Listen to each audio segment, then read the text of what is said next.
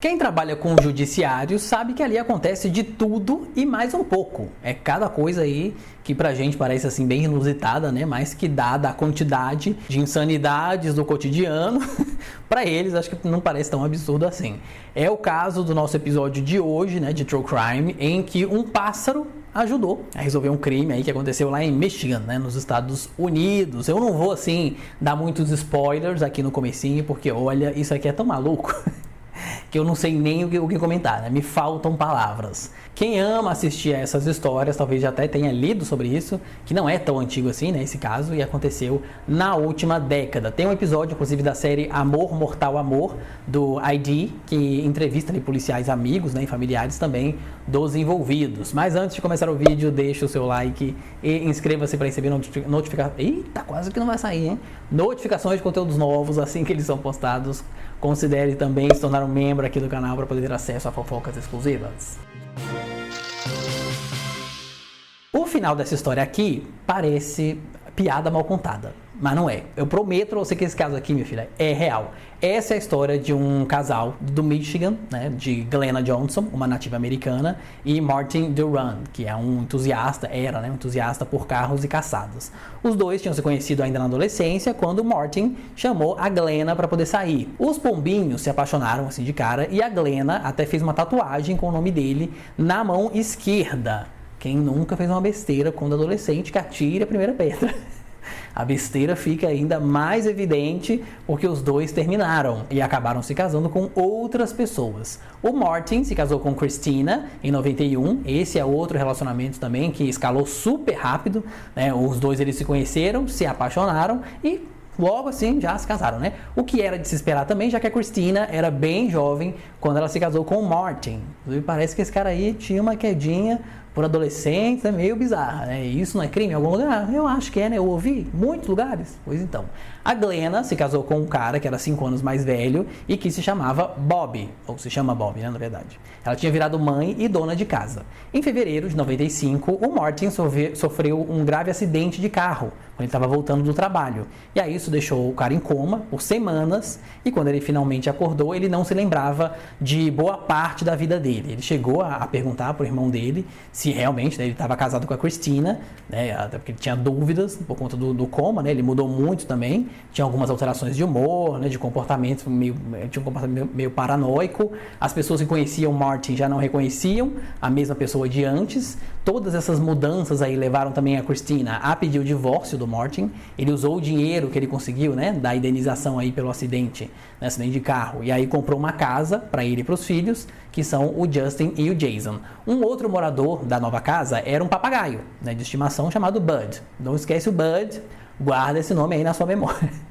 A Glenna também estava se separando e por obra do acaso, né, ou dos astros, os dois se reencontraram e começaram a sair de novo. Depois de um certo tempo, eles decidiram morar juntos. E aí, né, os dois, segundo os familiares, pareciam inseparáveis. Glenna acompanhava Martin para cima e para baixo, lá nas caçadas principalmente, o que tinha sido um problema também para ele no outro casamento, porque a Christina não gostava. Os dois viajavam juntos para ver as flores nascerem na primavera, como se fosse quase uma comédia romântica, né? Eles se casaram e a Glenna fez outra tatuagem para poder celebrar, dessa vez nas costas, escrita propriedade do senhor D, em alusão aí ao sobrenome, né, do novo marido. Mas a saúde do Martin continuava bem complicada. O humor dele ficava totalmente fora de controle e ele possuía algumas sequelas aí também do acidente que demandavam, né, alguns cuidados específicos. Para piorar ainda mais a situação, o cara era extremamente controlador, né? Ele dizia para Glenna o que ela tinha que vestir, como usar o cabelo, queria saber sempre onde é que ela estava indo, quanto tempo ela ia ficar fora de casa, né? E aí em maio de 2015, uma vizinha muito fuxiqueira, por sinal, notou a falta do casal durante todo o dia. Na época só a Glenna, né, e o Martin moravam aí nessa casa, os dois filhos já não moravam mais, né, eles tinham se mudado para a casa da mãe, porque as coisas andavam bem complicadas aí com as mudanças de humor do pai. Essa vizinha foi 3 vezes na casa dos Duran para poder ver se estava tudo bem, e na terceira vez ela percebeu que a porta estava destrancada e resolveu se enfiar lá dentro. Ela entrou lentamente na casa e ouviu um cachorro latindo muito distante. E aí a vizinha seguiu o som dos latidos, né, até encontrar a origem do som.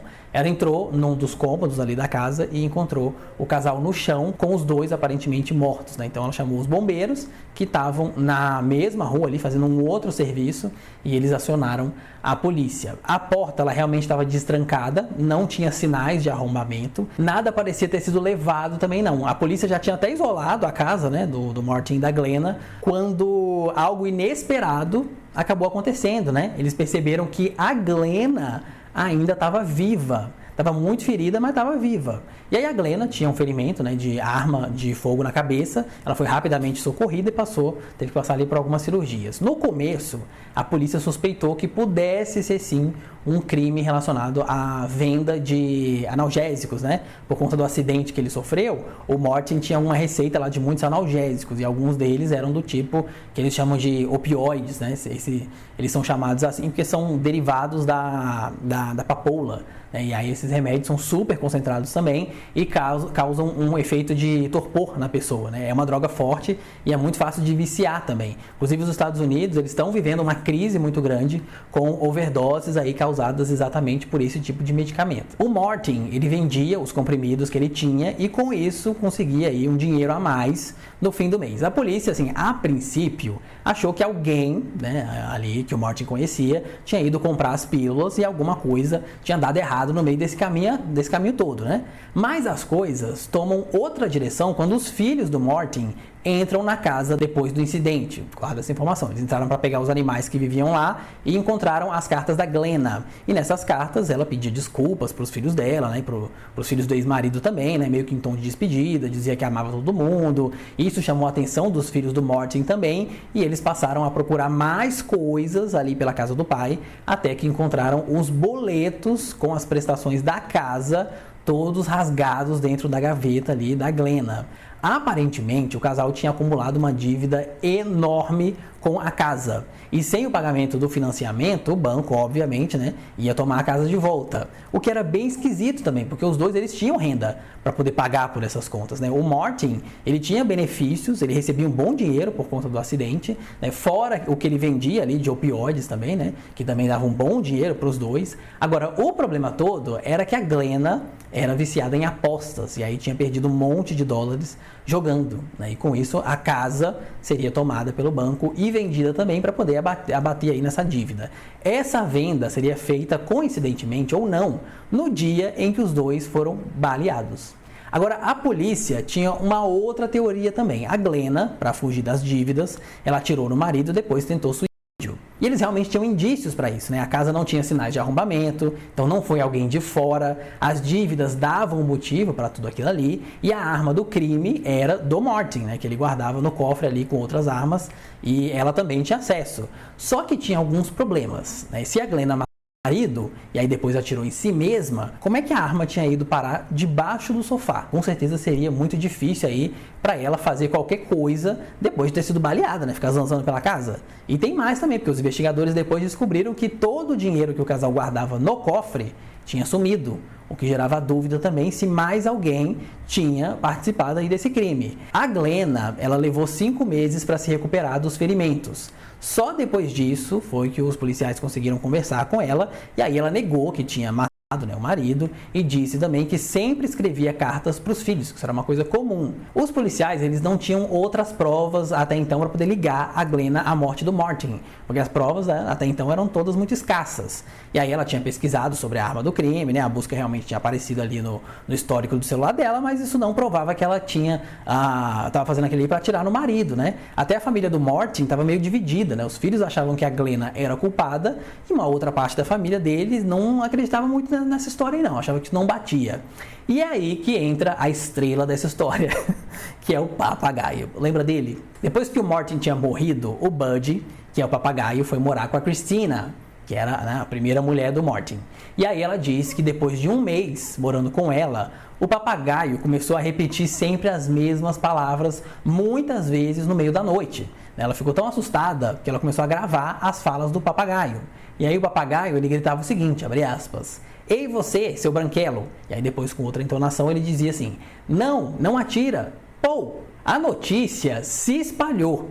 tanto pela gravidade da história, né, toda, quanto pela bizarrice também. E a promotoria resolveu admitir o Bud, né? E vou repetir, a promotoria pegou um papagaio e queria transformar o papagaio numa testemunha. Fora o testemunho do papagaio, as coisas ainda eram bem confusas também, né? A polícia achou o DNA da Glenda na arma do crime, né, realmente, só que ainda tinha um outro problema, porque 8 tiros foram disparados na noite do crime, e a arma só tinha espaço para 6 cartuchos. Né? Então, sinal de que a arma tinha sido recarregada. Só que o problema é que a polícia não achou o DNA da Glenda nos carregadores, né? Nos cartuchos, na verdade, né? Sendo que ela obrigatoriamente teria que encostar ali nos cartuchos para poder recarregar a pistola. Com dúvidas ou não, a promotoria e a polícia conseguiram levar a Glenda a julgamento, lembrando que além do problema dos cartuchos, tinha o problema do dinheiro também que tinha sumido do cofre. E lembra que entrou na casa um dia depois do crime e aí encontrou as cartas de despedida da Glenda e para pegar os animais? Pois é, ponto aí para quem respondeu que eram os filhos, né? Os filhos do Morten foram lá fuçar a casa inteira depois do crime e encontraram 2 coisas: as cartas da Glenda e, obviamente, um monte de dinheiro. Mas eles só mostraram um desses itens para a polícia, o outro eles tinham guardado para eles. No julgamento da Glenda, esses problemas aí todos vieram à tona, mas a acusação sustentou que ela tinha realmente o marido, né? Segundo a promotoria, a Glenda tinha atirado no marido no quarto do casal e aí depois foi até a sala e atirou em si mesma, mesmo ferida, né? Jogou a arma ali debaixo do sofá da sala e voltou com os 2 tiros na cabeça para o quarto onde ela e o marido foram encontrados. Os jurados, eles não acreditavam muito que era possível ela fazer todo esse itinerário, todo esse trajeto aí baleada. Mas o cirurgião que fez a operação disse que os ferimentos dela não atingiram nenhum vaso, né? Ou artéria também, muito importante. Então sim, né? Era possível ela andar de volta até o quarto, prova de que vaso ruim também não quebra nunca, hein? Pois é, o júri decidiu que ela fosse condenada à prisão perpétua, sem direito a condicional. Ela recorreu da decisão e o Bud, que era o papagaio, não participou do julgamento, né? Não foi necessário. Agora imagina, que inferno, hein? Morar com um papagaio gritando essas coisas no meio da madrugada. Deve ser um filme de terror, né? E você consegue imaginar alguém falando sério para um advogado ou para um policial que um papagaio tinha acusações sobre um crime? Menina, me conta aí o que você achou dessa história pitoresca nos comentários. Antes de sair, deixa o seu like e inscreva-se para receber notificações de vídeos novos assim que eles são postados. Um beijo, um queijo e até a próxima.